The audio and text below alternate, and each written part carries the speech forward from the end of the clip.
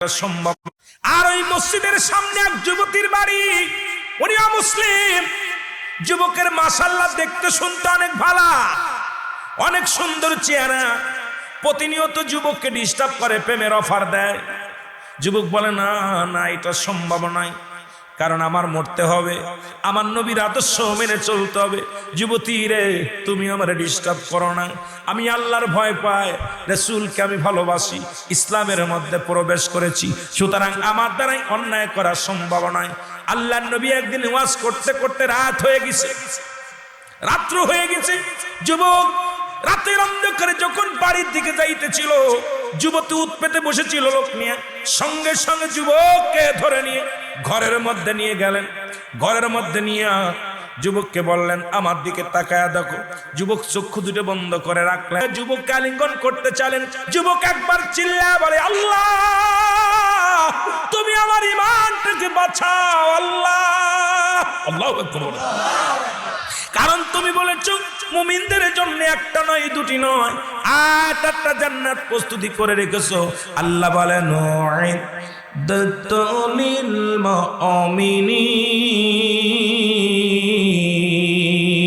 মুমিন মুত্তাকিনদের জন্য একটা নয়, দুটি নয়, 8টা জান্নাত তুমি প্রস্তুতি করে রাখছো গো আমার আল্লাহ। ওই একটা জান্নাত তুমি আমারে দিও আল্লাহ। দুনিয়ার কোন সুন্দরীর লোভ লালসা আমারে ফেলায়ও না। সঙ্গে সঙ্গে যুবকটা বেহুশ হয়ে জমিনের মধ্যে পড়ে গেছে। বেহুশ হয়ে পড়ে যাওয়ার পর যুবতী হাত ধরে দেখে যুবকটা বেহুশ হয়ে পড়ে গেছে। চিন্তা করে, যুবক যদি মারা যায়, সকালবেলা লোকজনে আমার দোষারোপ করবে। হাতাশিং করে নিয়ে রাস্তার মধ্যে ফেলে আসছে। ফজরে আযান হয়েছে, মুসল্লিরা নামাজের জন্য মসজিদের দিকে রওনা হয়ে গেছে। আল্লাহু আকবার বলেন। নামাজের দিকে রওনা হয়ে গেছে। নামাজ শেষ করে আসার পথে দেখে আল্লাহর নবী সেই যুবক সাহাবী জমিনের মধ্যে পড়ে আছে। তাকে হাতাশিং করে বাড়ি আনলেন, চিকিৎসা করলেন। ওই রোগী কথা বলে না। 3 দিন সময় চলে গেল। 3 দিনের মধ্যে হুঁশ হলো না। এমন সময় হুঁশ হলো, বাবাকে ইশারা দিয়ে বলে, বাবা আমাকে এক টুকরা কাগজ দাও, একটা কলম দাও। কাগজ আনলেন, কলম আনলেন। এই কাগজের মধ্যে লিখে দিলেন, আমার আব্বাজান, ও আমার আব্বাজান, আমি আপনার হক আদায় করতে পারলাম না। দুনিয়ার মধ্যে আমি যদি অপরাধ করে থাকি, আমারে আপনি মাফ করে দিবেন। আমি অপরাধী, আমি আপনার কলিজার টুকরা সন্তান হইয়া আমি কোনো খেদমত আপনার করতে পারলাম না।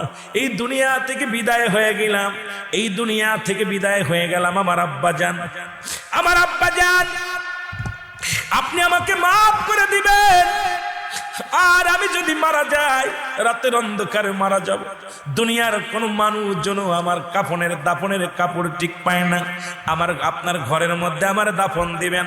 আপনি যাতে আমার কাফন পরাইবেন, নিজ যাতে আমার দাফন দিবেন, নিজ যাতে আপনি কবর খুঁজবেন। পৃথিবীর কোন মানুষজন জানে না আমি আপনার কাছে এই দাবিটা করে গেলাম। আমার আব্বাজান, কথাও শেষ। দুনিয়া থেকে যুবকটা মারা গেলেন। আল্লাহ নবী সালাত নামাজ আদায় করে বলে, আমার সাহাবীরা রে, আজ কয়টা দিন হয়ে যায় আমার সাহাবীরা দেখি না, আমার যুবকরে দেখি না। আমার যুবক নামাজ ছাড়তো না, আযান পড়ে গেলে মসজিদে চলে আসতো। আজকে আমার যুবক কেন মসজিদে আজ কদিন দেখি না? সাহাবীরা বলে, হুজুর হয়তো কোনো মেহমান বাড়িতে গেছে, হয়তো কোথাও কোনো কাজের জন্য ব্যস্ত আছে। আমার নবী বলে, না না, যদিও কোথায় যায় আমার হুকুম নিত, আমার কাছে বলে যেহেতু বলে নাই, আমার যুবকের কোনো বিপদ হয়েছে আমি নবী বুঝতে পারি। আমার নবী বলেন, সাহাবীরা রে খবর নাও। যুবকের বাড়িতে চলে গেলেন সাহাবীরা। সালাম দা, আসসালামু আলাইকুম আহলাল বাইত। ঘরের মধ্যে কোয়াসুনি, ওয়ালাইকুম আসসালাম, ওয়ালাইকুম আসসালাম। কয়, হুজুর আপনার যুবক, আপনার ছেলেটা কোথায় গেছে? বলে, বাবা আমি জানি না। বলে, কোথায় গেছে জানেন না? কেমন আছেন জানেন না? বলে, বাবা আমি কিচ্ছু জানি না। বাবার চোখের পানি এসে গেছে, কারণ সন্তানের লাশ বাবার কাঁধে কত ভারী। যারা সন্তানের লাশ কাঁধে নিছেন, বাবার লাশ কত ভারী সন্তান রে জিগাবেন রে মুসলমান। এই পৃথিবীর মধ্যে বাবার জিগাইবেন, বাবা বলবে এই পৃথিবী যত ভারী আমার সন্তান তার চাইতে বেশি ভারী, কারণ ওই সন্তানের লাশ নিয়ে কোন বাবা হাঁটতে পারে না, চলতে পারে না। বাবার লাশ নিয়ে সন্তান হাঁটতে পারে না। সন্তানের লাশ বাবার কাঁধে, বাবার লাশ সন্তানের কাঁধে, দাদার লাশ নাতির কাঁধে, নাতির লাশ দাদার কাঁধে। লাশ বহনকারী মানুষগুলো জানে পৃথিবীর মধ্যে লাশটা কত ভারী। বাবারা ভাইয়ের লাশ যারা কাঁধে নিচ্ছেন, ভাইয়ের লাশটা কত ভারী ভাই জানে। আল্লাহ কখন যেন বিদায় হয়ে যাব, এই দুনিয়ার মায়া ছেড়ে চলে যাব। আল্লাহ আমাদের ইমানের সাথে যাওয়ার তৌফিক দান করো, জোরে জোরে বলো না আমিন। আমার ভাইয়েরা, আমার বন্ধুরা আমার, আমি যে কথা বলতেছিলাম, আল্লাহ নবীর কাছে সাহাবীরা বলে ইয়া রাসূলুল্লাহ, ইয়া হাবিবাল্লাহ, নবী গো আপনার যুবক কোথায় আছে বলতে পারে না, আপনার যুবকের সন্তান তার বাবা দেয় নাই।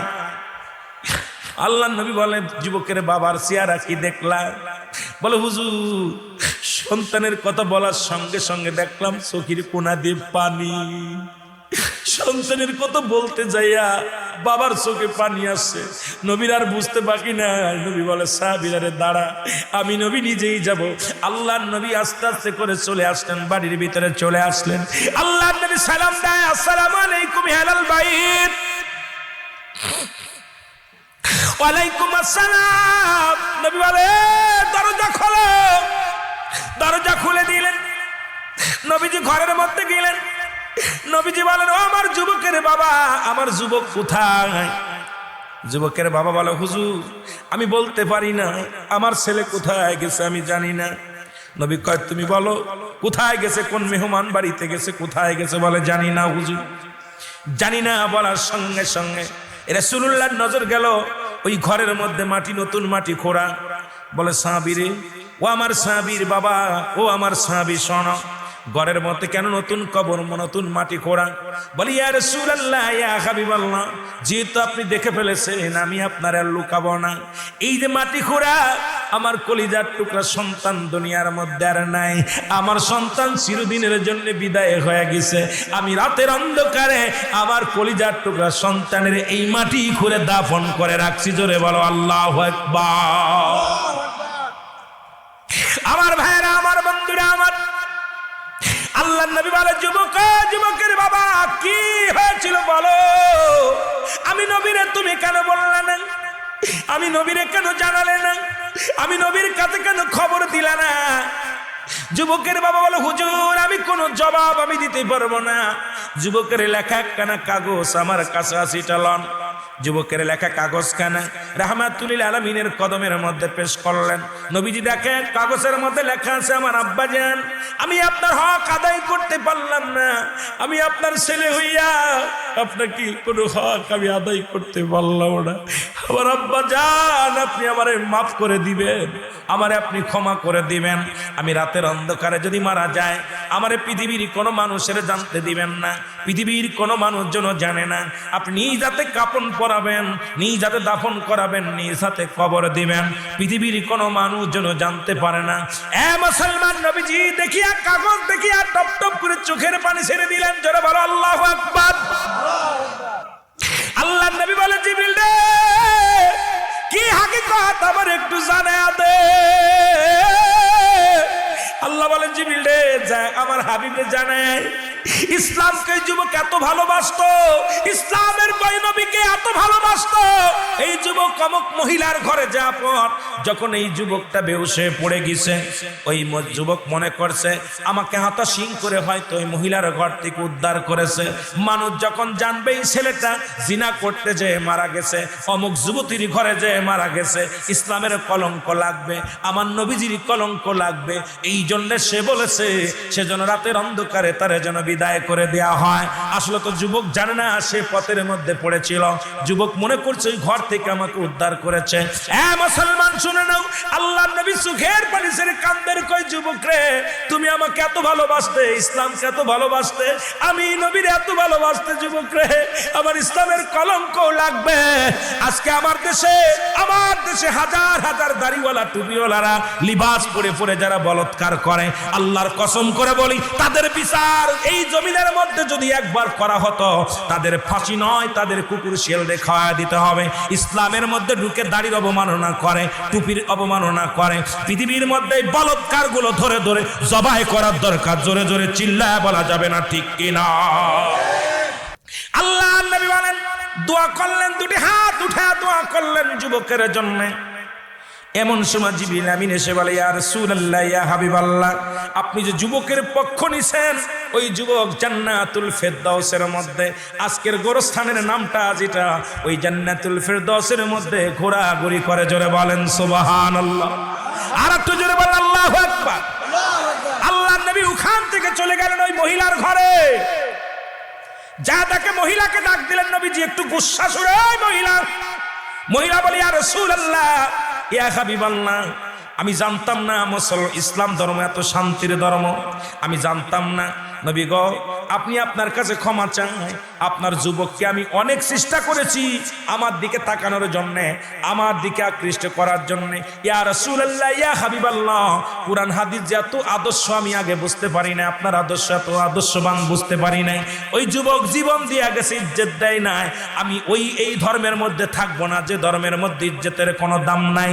ইয়া রাসূলুল্লাহ, ইয়া হাবিবাল্লাহ, আপনি আমাকে কালেমা পড়ায়া দেন, আমি ওযু করে আসি, গোসল করে আসি, পবিত্র হয়ে আসি। আমি আর একটা মিনিট অমুসলিম থাকতে চাই না, অন্য ধর্মের মধ্যে থাকতে চাই না, যে ধর্মের মধ্যে জিকে বিলিয়ে দিয়া পারু। কোন যুবক আমার আমার আমার আমার দিকে তাকায় না, আমার দিকে লক্ষ্য করে না, আল্লাহকে ভয় করেছে, রাসূলের প্রেম অন্তরে জাগছে। নবী গো, এই ধর্মের মধ্যে আমি জীবনটা কাটায় দিতে চাই, আপনি আমারে কালেমা পড়ায়া দেন, লা ইলাহা মুহাম্মাদুর রাসূলুল্লাহ সাল্লাল্লাহু। যদি কোন বিবাহিত পুরুষ, বিবাহিত নারী যদি জিনা করে, সর্বপ্রথম তাদের মাটির নিচেই পুঁততে হবে, বুক পর্যন্ত মাটির নিচেই পুঁততে হবে। তুমি কত বড় মাওলানা, তুমি কত বড় মুফতি, কত বড় মুহাদ্দিস, তুমি টাকাওয়ালা হও, বাড়িওয়ালা হও, বিধান হলো আল্লাহর কোরআনের বিধান, রাসূলের সুন্নাত তরিকার বিধান হলো, বিবাহিত নারী, বিবাহিত পুরুষ যদি জিনা করে, সঙ্গে সঙ্গে তার বুক পর্যন্ত মাটির ভিতরে পুঁততে হবে, কঙ্কাল নিক্ষেপ করতে হবে, যতক্ষণ পর্যন্ত মৃত্যুবরণ না করে, যতক্ষণ পর্যন্ত মরণ নিশ্চিত না হবে, ততক্ষণ পর্যন্ত তাকে পাথর মারতে হবে, ইট মারতে হবে। যখন নিশ্চিত হয়ে যাবেন উনি মারা গেছে, তখন তার মাটি করে লাশটা উঠাবেন। লাশ উঠায়া পৃথিবীর কোন কুকুর শিয়াল খাওয়া দিতে হবে। কোন জিনাকারী নারী, জিনাকারী পুরুষ, বিবাহিত, এদের দাফন করানো যাবে না, কাফন পরানো যাবে না। একটা বিচার যদি বাংলার জমিনে হতো, আল্লাহর কসম বাংলার জমিনে পরের বড় হাত ধরে টানাটানি বন্ধ হয়ে যেত। জোরে বলেন ঠিক কিনা? যদি তুমি হাজি লেখলে, নামের আগে যদি হাজি না লেখলে মনটা খারাপ হয়ে যায় গো। তুমি জিনাখোর, তোমার নামের আগে লাগবো জিনাখোর অমক, সুদখোর অমক, ঘুষখোর অমক। কথা কয় না? এটা যখন লেখা শুরু হয়ে যাবে, ঘুষ বন্ধ হয়ে যাবে। আমার নামের আগে যদি বলেন সুদখোর রুহুল আমিন সিদ্দিকী, ঘুষখোর রুহুল আমিন সিদ্দিকী, লজ্জায় ঘুষ বন্ধ হয়ে যাবে, সুদ বন্ধ হয়ে যাবে। আজকে ঘুষের টাকা, সুদের টাকা মসজিদে 1 লাখ মেরে দেয়, মাদ্রাসায় 1 লাখ মেরে দেয়, তাদেরকে বাহবা দিতেছি, আমার মতো মৌলবী দোয়া করতেছি। একবার খবর নিলাম না এটা সুদখোর না ঘুষখোর। জোরে জোরে বলেন ঠিক কিনা? হযরত তোমার ফারুক বলে, যুবক তোমার বাবার কি বিচার করবো বলো? বলে, আমিনুল মুমিনিন, 1 নম্বর অপরাধ আমার বাবার, সে আমাকে একটা ভালো মা দেয় নাই, আমাকে একটা মা দেয় নাই। মুসলমান গভীর মনোযোগ, আমাকে যে মা দিছে সেই মা হলো জিনাকারিনী, সেই মা হলো বেগানা পুরুষের হাত ধরে চলে, সেই মা বাজার ঘাট করে, বেহুদা চলাফেরা করে। সুতরাং 1 নাম্বার অপরাধ করছে আমার আব্বা, আমাকে একটা ভালো মা দেয় নাই। প্রাথমিক বিদ্যালয় মায়ের কোল, আমরা উলামায়ে কেরাম বলি, শিক্ষক বলে, সবাই বলে বাবা প্রাথমিক বিদ্যালয় হলো মায়ের কোল। সেই মা যদি আজকে অধিকাংশ আমাদের সন্তানদের মা ভালো না, মা বেপরদায় চলে, এখনো মা ঝি একসাথে যায়, মেয়ে বুরকা পরলে মা বুরকা পরে না, মায়ের বক্কাটি মায়ের কপাল কাকায় কাপড় থাকে না। মুসলমান শুনে নাও, দিলের কান্ডা লাগায় শুনে নাও। আজকে আমাদের জামানায়, আগের জামানায় যখন মুরব্বীরা আপনার সন্তান আদি বিয়ে দিত, আগে দেখতো গোষ্ঠী দেখতো, এইবার দেখতো এরা বা নামাজ, মেয়েটা নামাজি কিনা, ছেলেটা হালাল কোরবান্দা কিনা। এখন আমরা দেখার সময় পায় না, আমরা হয়েছি এখন সুন্দরী পুজরি, ধলা পুজরি। এখন ধলা চামড়া হলেই পাগল হয়ে যায়, আর এই ধলা চামড়াগুলো পেট খালি পিঠ খালি, কপালের পর এক নুক্তা লাগায় চলে। এরা দেখবেন মায়ের খেদমত করে না, বাবার খেদমত করে না, ওর মা ওর শ্বশুরের খেদমত করে নাই, শাশুড়ির খেদমত করি নাই। ও আয়সা, আপনাকে নিয়ে কোনভাবে আলাদা করা যাবে, কোনভাবে সংসারে ঝামেলা করা যাবে, ও আপনার নিয়ে শান্তিতে থাকতে দেবে না। জোরে বলেন ঠিক কিনা?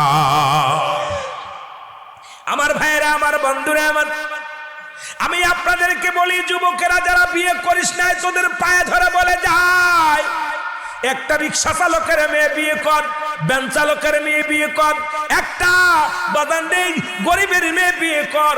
ওই মেয়েটা সুন্দরী হোক আর কালো হোক, ওই মেয়েটা নামাজ পড়তে পারে, পর্দায় থাকে, পর্দার বিধান মানে, ইসলামের বিধান মানে, এমন একটা মেয়ে যদি তোর জীবন সঙ্গিনী হয়, এই দুনিয়ার মধ্যে তোর মতো জান্নাতি মানুষ আর কেউ নাই, তোর মতো সুখী মানুষ আর কেউ নাই। আর যদি একটা নাস্তিক যদি তোর কপালে জুটে যায়, তুই দুনিয়ার জাহান্নামে পড়বি, শান্তি তোর কপালে নাই। জোরে বলেন ঠিক কিনা?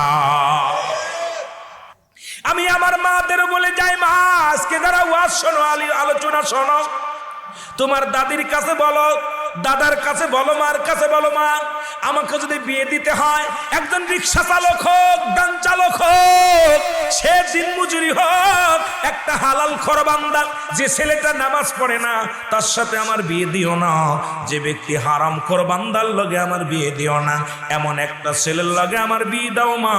সারাদিন পরে একটু মোটা খাবার দিবে, সেই খাবারটা হালাল দিবে, আমার পর্দায় রাখবে, আমাকে ইসলামের বিধানের যেটা আছে এগুলো নিয়ম এর মধ্যে রাখবে।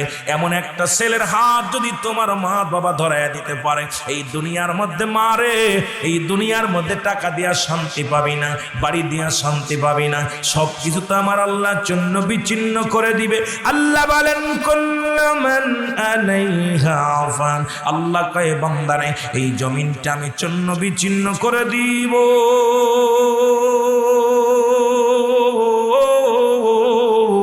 এই জমিনের মধ্যে যত মাটি আছে আমি আল্লাহ মাটিগুলো পোড়ায়া তামা বানায়া দিব, জমিনের যত পানি আছে পানিগুলো পোড়ায়া ছাই বানায়া দিব। এই জমিনের মধ্যে যেদিন কিচ্ছু বলতে কিচ্ছু থাকবে না, সেদিন থাকবো আমি শুধু আল্লাহ। সুতরাং কার জন্য সুদ খাও, কার জন্য ঘুষ খাও, কার জন্য জীবন গড়ে মুসলমান, সব কিছু তোমার পর, একবার চিন্তা করে দেখো, সব তোমার পর, সব তোমার পর। জোরে বলেন ঠিক কিনা? সুতরাং আমাকে একটা মা দেয় নাই, অপরাধ কার? জোরে বলেন অপরাধ কার? আজ থেকে যারা শাদী করিস নাই, তোদের পায়ে ধরে বলে যায়, সুন্দরীর পিছে দৌড়াস না, রূপ দেখে দৌড়াস না।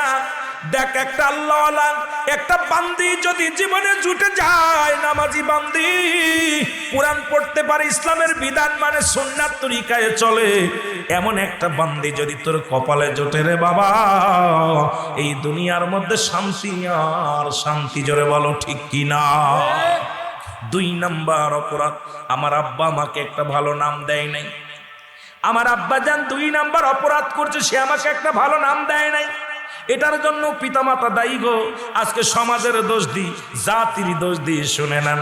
আজকে আমাদের অধিকাংশ ছেলে মেয়ে হয় হাসপাতালে, দেখা যায় বাসর রাত্রেই নাম রাখা হয়ে যায়, বাসর রাত্রে মিলনের আগেই নাম রাখা হয়ে যায়। স্বামী স্ত্রী এক জায়গা শুয়ে, ছেলেটা বলে বিবি আমি নিয়ত করেছি যদি আমার একটা ছেলে হয় নাম রাখবো শাহরুখ খান। কথা বলেন কি? এখনো বাবারে, এখনো দুজনের মিলনই হয় নাই।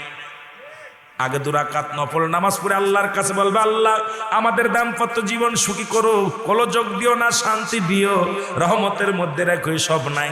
আগেই কয়েকটা মেয়ে হওয়া, ছেলে হবে, নাম রাখবো শাহরুখ খান। মেয়ে কয় না না, আমার তো জীবনের শখ ছিল একটা মেয়ের, যদি আমার একটা মেয়ে হয় নাম রাখবো কারিনা। কতক্ষণ ঠিক কিনা? আল্লাহর কসম শুনে নাও, পৃথিবীর মধ্যে সন্তান দুনিয়ার মধ্যে আগমন হওয়ার পরে 7 দিনের একদিন আগে নাম রাখা দূরত্ব নয়। সুন্নাতের আসল যদি মানতে হয়, একদিন আগেও নাম রাখা জায়েজ নাই। এখন তো আজকে আলট্রাসাউন্ড, পেটের মধ্যে ছেলে হবে না মেয়ে হবে, এখন ছেলে তো ডাক্তার কয় ছেলে হবে, ও নাম রাখা সারা, ওই ছেলে কোনোদিন ভালো হবে না। জোরে বলেন ঠিক কিনা? পেটের মধ্যে সন্তান আছে, নাম রাখা সারা, ওই মেয়ে কোনোদিন ভালো হবে না। আল্লাহর কসম, রাসূলের সুন্নাত তরিকায় জন্মই হয় নাই।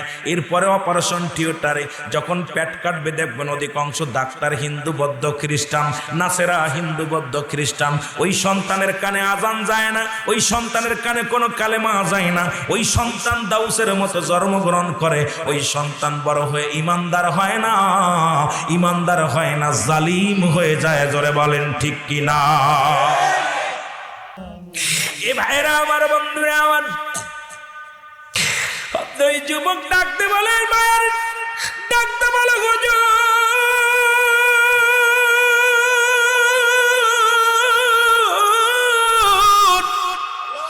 3 নাম্বার অপরাধ, আমার আব্বা জান আমার কোন ইসলামের জ্ঞান দেয় নাই, কোরআনের জ্ঞান শিক্ষা দেয় নাই।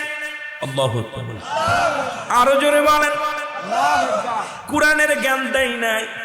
3 নাম্বার অপরাধ, আমার বাবা, আমি যদি পাপ সম্পর্কে জানতাম, এই পাপের এই বিচার, এই পাপের এই বিচার, জীবনে আমি অন্যায় করতাম না। হুজুর এই অপরাধ করার জন্য আমার মা বাবা দায়ী গো হুজুর। খলিফা হযরত ওমর ফারুক রাগান্বিত বলে, বৃদ্ধা, তোমার সন্তান নষ্টের মূল হলো তুমি। আল্লাহু আকবার বলো। আজকে সন্তান নামাজে যায় না, আপনি কি বলে পারেন না? ছেলে বেপরদায় চলে, আপনি কি মানেন না? ওই ছেলে মেয়ে আপনার নয়, ওই ছেলে মেয়ে আল্লাহ পাক আপনার কাছে আমানত রাখছে, এটা খিয়ানত করার অধিকার আপনার নাই। নামাজ আদায় করে নাই, ছেলেকে ত্যায্য করে দেন। মেয়ে বেপরদায় চলে, মেয়েকে ত্যায্য করে দেন। ওর জন্য কেঁদে লাভ নাই, ওর জন্য ভালোবেসে লাভ নাই, জাহান্নামে চলে যেতে হবে। ওই ছেলে একদিন বুকে লাথি মেরে দিবে, বলে, আব্বা জান আপনি শীতের দিনে নামাজ পড়তেন, একদিনই তো আমারে বলেন নাই, একদিনও আমারে তাগিদ দেন নাই। মেয়ে বলবে, আব্বা গো কত বেপরদায় চলাফেরা করতাম, একদিনও আপনি আমারে রাগ করেন নাই, গালি দেন নাই, মারেন নাই। আজকে আপনি জান্নাতে চলে যান, আমি জাহান্নামী হবে না। আপনার বুকে লাথি মেরে দিয়ে মেয়ে যাবে জাহান্নামে। আমি এই জন্য আপনাদেরকে বলে যাই, ও মানুষ, ও ভাই, আপনার কেউ নয়, অঙ্গ প্রত্যঙ্গ আপনার বিরোধিতা করবে, আপনার সম্পদ, পৃথিবীর সব সম্পদগুলো আপনার বিরোধিতা করবে। দুনিয়ায় সম্পদ করলেন ঘুষ খাইয়া, সুদ খাইয়া। মুসলমান শুনে নাও, যত পাপ করলেন দুনিয়ার মধ্যে, আপনার সম্পদের ভাগ ঠিকই সন্তানেরা নিবে, কিন্তু পাপের ভাগটা কেউ নিবে না। এই দুনিয়ার সম্পদ খাবে লোকে, আপনার দেহটা খাবে পোকে। জোরে বলেন ঠিক কিনা? এই দুনিয়ার সম্পদ খাবে কিসে? লোকে। আপনার দেহ খাবে কিসে? এ আমার ভাইরা, আমার বন্ধুরা আমার, কথা মনে আসেনি? মুরব্বী বলে, আমিরুল মুমিনিন, এত অন্যায় করার পর আপনি আমারে বোঝার সুযোগ দান করলেন, মনে আসেনি বাবা? আপনি আমারে আরেকবার সুযোগ দেন, আমি যেন নিজেকে শুধরাইতে পারি। আমাকে কালেমা পড়াইয়া দেন। সঙ্গে সঙ্গে পিতা পুত্রকে কালেমা পড়াইয়া দিলেন, লা ইলাহা ইল্লাল্লাহু সাল্লাল্লাহু আলাইহি ওয়াসাল্লাম। জোরে জোরে চিল্লায়া বলা যাবে না মারহাবা? এ আমার ভাইরা, আমার বন্ধুরা আমার, গভীর মনোযোগ। এই জন্য আমি বলতেছিলাম, ওই কথাটা বলা পর মানুষের মতো মানুষ হতে হবে। তুমি কিসের মানুষ? নিজেকে আজকে শুধরানোর জন্য চেষ্টা করো, নিজেকেই বাঁচানোর চেষ্টা করো। আজকে সমাজ জাতিকে যদি বাঁচাইতে চাও, তোমার নিজের যখন পাল্টাবা, পরিবর্তন করবা, দেখবা জাতি পরিবর্তন হয়ে যাবে, দেশ পরিবর্তন হয়ে যাবে। যুবক জাতি, যুবকরা হলো মুসলমান জাতির মেরুদণ্ড আমরা বলি। দুনিয়ার মুসলমান গভীর মনোযোগ। আল্লাহ তাআলা দয়া করে মা করে রিয়াজুল জান্নাত বেহেশতের বাগানে বসার মতো সুযোগ, আসার মতো সুযোগ দান করল। এই শুকরিয়া আদায় করে শেষ করতে পারবো না। এ সময় কত মানুষ জেলখানায়, কত মানুষ হাসপাতালে, কত মানুষ মুসলমান মৃত্যু শয্যায় সজ্জিত। আমার আল্লাহ জেলখানায় নেন নাই, হাসপাতালে নেন নাই, বাজারে ঘোরাঘুরি করার জন্য নেন নাই। রিয়াজুল জান্নাত বেহেশতের বাগানে আমার আল্লাহ বসার মতো সুযোগ দান করল, আসার মতো সুযোগ দান করল। আল্লাহর দরবার উচ্চ কণ্ঠে আওয়াজ দে আর একবার চিল্লায় বলেন আলহামদুলিল্লাহ। এ দুনিয়ার মুসলমান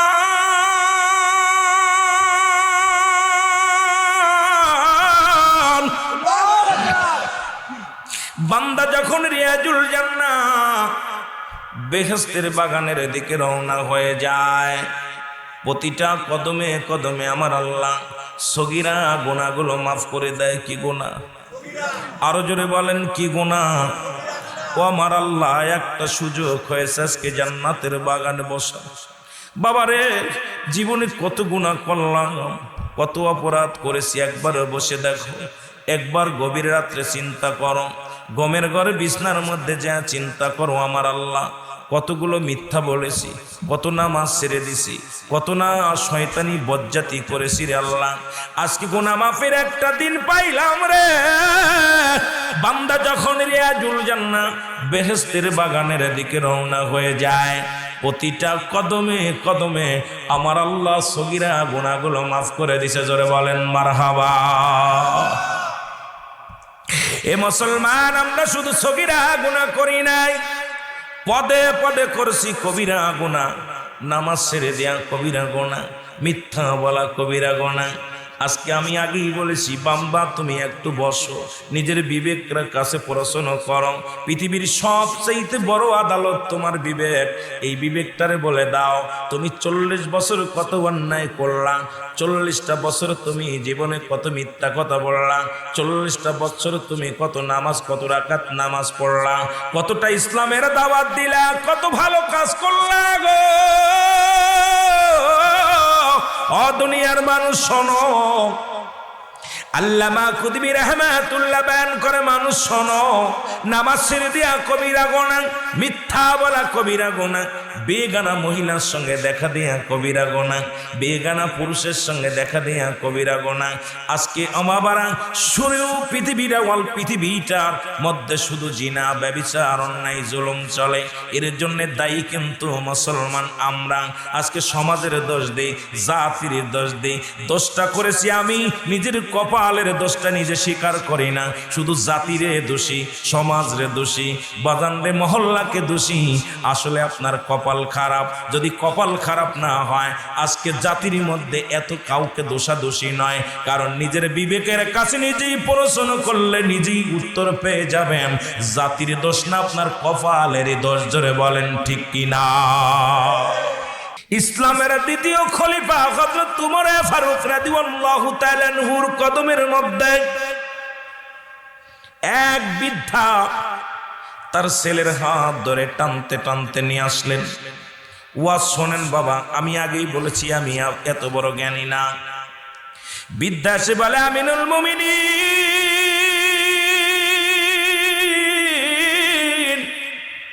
আপনি ইসলামের দ্বিতীয় খলিফা, আপনার কদমের মধ্যে আমার সন্তানকে ধরে আনছি, আমার ছেলের বিচার করা লাগবে। আল্লাহু আকবার বলো। কার বিচার করা লাগবে? ছেলের বিচারের জন্য বাবা হাত ধরে নিয়ে আইছে সন্তানকে। খলিফা হযরত ওমর ফারুক রাদিয়াল্লাহু তাআলা আনহু বলে, যুবক বিদ্যারে, তোমার ছেলে এমন কি অপরাধ করেছে, এমন কি অন্যায় করেছে যে তোমার ছেলের বিচার করা লাগবে? বলে, হুজুর আমার ছেলের অন্যায় করেছে, বিচার করা লাগবে। এক নাম্বার অন্যায় আমার ছেলে দুনিয়ার মধ্যে মানুষ হত্যা করছে, কেমন বাবা আর কেমন সন্তান, এই হত্যা করেছে বিচার চায়। হযরত ওমর ফারুকের রক্তগুলো টকবক করে উঠছে। ইসলামের দ্বিতীয় খলিফা অত্যন্ত কড়া ছিলেন, অত্যন্ত রাগী ছিলেন। খাত্তাবের বেটা উমর যে রাস্তা দিয়ে যাইতো শয়তান যাইতে ভয় পেত। ও মুসলমান শুনে নাও, বলেন 1 নাম্বার অপরাধ আমার ছেলে দুনিয়ার মধ্যে মানুষ হত্যা করছে। হযরত ওমর ফারুক বলে, যুবক রে, তুমি কি জানো না মানুষ হত্যা করা মহাপাপ? তুমি কেমনে মানুষকে হত্যা করলা? হত্যার বদলে হত্যা, তুমি মানুষ হত্যা করেছো, কঠিন বিচার হবে, তোমার মৃত্যুদণ্ড হবে। যুবক বলে, হুজুর আমি মেনে নিলাম, আমি অন্যায় করেছি, আমি মেনে নিলাম হুজুর, আমি মেনে নিলাম। জোরে জোরে চিল্লায় বলেন আল্লাহু আকবার। 2 নাম্বার অপরাধ গো, আমার ছেলে মাদক সেবন করে। আল্লাহু আকবার বলেন। আমার ছেলে মাদক সেবন করে। হযরত ওমর ফারুক ক্ষিপ্ত হয়ে বললেন, যুবক রে, তুমি কি মাদক সেবন করো? বলে, জি হুজুর। বলে, এটা গুরুতর অপরাধ। বলে, হুজুর আগে জানতাম না, এখন জেনেছি, যে বিচার হবে আমি মেনে নিলাম। নাম্বার 3 বলে, যুবক বিদ্যা, তোমার নাম্বার 3 বলো। বলে, হুজুর আমার ছেলে দুনিয়ার মধ্যে জিনা ব্যভিচার করে। বলে, এটাও গুরুতর অপরাধ, কারণ পৃথিবীর মধ্যে যদি কোনো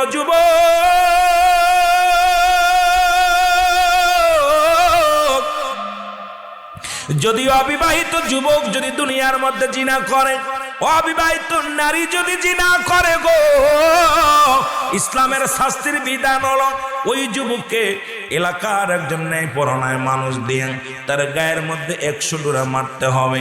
ওই 1 ডোরা মারলে যেন মারা যায়, যদি মারা যায় বাকি অংশগুলো তার জানাজা কাপন পর গোসল করাবেন, কাপন পরাবেন, দাফন করাবেন, বাকি বেতের বাগাতগুলো ওই কবরের উপরে মারা লাগবে। এটা হলো ইসলামের বিধান। একটা যুবক যদি আজকে পাবনার জমিনে এই যেমন যদি একটা যুবক যুবতীর বিচার করা হতো গো, আল্লাহর কসম কোন যুবতী কোন নারীর হাত ধরে টানতে পারতো না, কোন নারী কোন পুরুষের হাত ধরে টানতে পারতো না। আমার দেশের ছেলেরা রেস্টুরে যেত না, আমার দেশের ছেলেরা পার্কে যেত না। আজকে আমাদের কপাল খারাপ, এই বিচারগুলো করা হয় না। জোরে জোরে বলেন ঠিক কিনা? এ হলো যুবকদের জন্য বিচার, অবিবাহিত নারী পুরুষের বিচার। পৃথিবীর মধ্যে যদি কোনো বিবাহিত পুরুষ বিবাহিত নারী জিনা করে, আজকে পত্রিকা খুললেই দেখা যায় পরকীয়া, দেখা যায় বাবা ছেলে রয়েছে বিদেশে, স্ত্রী আর নাই, দেখা যায় মুসলমান প্রতিটা বাড়ির মধ্যে জিনা ব্যভিচার, অন্যায়। কিসের ইসলাম মানো, কিসের তরিকা মানো, কিসের মুসলমান, কিসের কোরআন মানো? কোরআন যদি মানতে তোমার দ্বারাই কোনোদিন ব্যভিচার করা সম্ভব ছিল না। গত দেখেছি 3 মাসের মধ্যে 906 জন বলৎকার ধরা পড়েছে আমার দেশে, তাদেরকে আবার জেলখানার মধ্যে বন্দী রাখছে। আমি বলি বাংলাদেশের মুসলমান, যেখানে 90% মুসলমান, বাংলাদেশের মধ্যে কোনো বলৎকারকে বাঁচানো সম্ভব নয়। পৃথিবীর মধ্যে তাদের সশরীরে, পৃথিবীর মধ্যে সজমিনে মানুষের সামনে তাদের মৃত্যুদণ্ড দেওয়া লাগবে। জোরে জোরে বলেন ঠিক কিনা? আরে আমার বাবারা, আইরে আমার বাবারা, দেখেন না ইসলামের কত আদর্শ। আমাদের আদর্শ দেখে অমুসলিমেরা কালেমা পড়েছে, দেখেন না। আর আজকে আমাদের অবস্থা, আমাদের দেলোয়ার হোসেন সাইদি একটা ওয়াজ করতে, আপনারা সবাই জানেন, আল্লামা দেলোয়ার হোসেন সাইদি সাহেব একটা ওয়াজ করতেন যে মসজিদের মধ্যে, রাসূলের মসজিদের মধ্যে এক ইহুদি দাঁড়ায়া প্রস্রাব করে। কি করে? ওয়াজটা মনে হয় সবাই জানেন। আমিও ছোটবেলা ওনাকে অনুসরণ করতাম, এখনো আমি ওনাকে সম্মান করি। যে যা বলে বলুক, আমি ওনার ওয়াজিং জগতে, যেহেতু ওনারা আমাদের গুরু, আমরা তো ছাত্র, যারা আমাদের সেই একটু ভালো আলোচনা করে তাদের দিকে আমাদের খেয়াল করা উচিত। জোরে বলেন ঠিক কিনা? আমি ব্যক্তিকে নয়, আমি তার আমলকে অনুসরণ করি। সে ব্যক্তি কি হলো ওটা আমার দেখার বিষয় না। কথা বোঝেন না? তো উনি একটা ওয়াজ করতেছিলেন যে রাসূলের মসজিদের মধ্যে এক ইহুদি দাঁড়ায় প্রস্রাব করতেছে। আল্লাহর নবী সাথে সাহাবী ধমক দিছে, ধমক দিছে। নবীজি বলতে, ধমক দিও না, ধমক দিও না, ওর প্রস্রাবটা ক্লিয়ার হতে দাও, সম্পূর্ণ বোতল ক্লিয়ার করুক। আল্লাহু আকবার বলেন না? দেখেন না ইসলাম কত শান্তির ধর্ম। ওনার ওয়াজ, আমার ওয়াজ না। কথা বুঝেননি? উনি ওয়াজটা করছে, আপনারা শুনছেন না? তো উনি ওয়াজটা করতে ঠিক এইভাবে বলতেছেন। এরপরে ওই ইহুদির প্রস্রাব শেষ, নবীজি উঠা পর উঠছে। তো বাবা ও তো সাহাবী তো খেপে গেছে, মসজিদের মধ্যে প্রস্রাব করতেছে ইবাদত খানায়। নবী কি রান না, নবী কষ্ট পায় না? নবীজি বলতেছে, সাহাবী ধমক দে, সাহাবীর থামো। নবীজি বলতেছে, যুবক তুমি যে কাজটা করলা, তোমাদের কি কোনো উপাসনা আছে যেখানে ইবাদতখানা আছে? আছে। তুমি যে কাজটা করলা, এই কাজটা যদি আমি নবী তোমার ওই ইবাদতখানায় করতাম, তোমার কেমন লাগতো? দেখেন নবীজির আদর্শ। যুবক বলতেছে, হুজুর যে কাজটা আমি করছি, এই কাজটা যদি আপনি করতেন, নিশ্চিত আপনার কাল্লা কাটা পড়ে যেত। কথা কর নাই? নবীজি বলতেছে, তাহলে তো তোমার সমাধান তুমি নিজেই দিছো। কথা বোঝেন নাই? যুবক বলতেছে, ইহুদি যুবক বলছে, ইয়া রাসূলুল্লাহ, ইয়া হাবিবাল্লাহ, এটাই তো বলে ইসলাম। এত বড় অন্যায় করা পরও বুঝার সুযোগ দিছে। ইয়া রাসূলুল্লাহ, ইয়া হাবিবাল্লাহ, আপনি আর আমি অন্য ধর্মের মধ্যে নয়, আমাকে আপনি কালেমা পড়ায় দেন, আমি কালেমা পড়ে মুসলমান হব। লা ইলাহা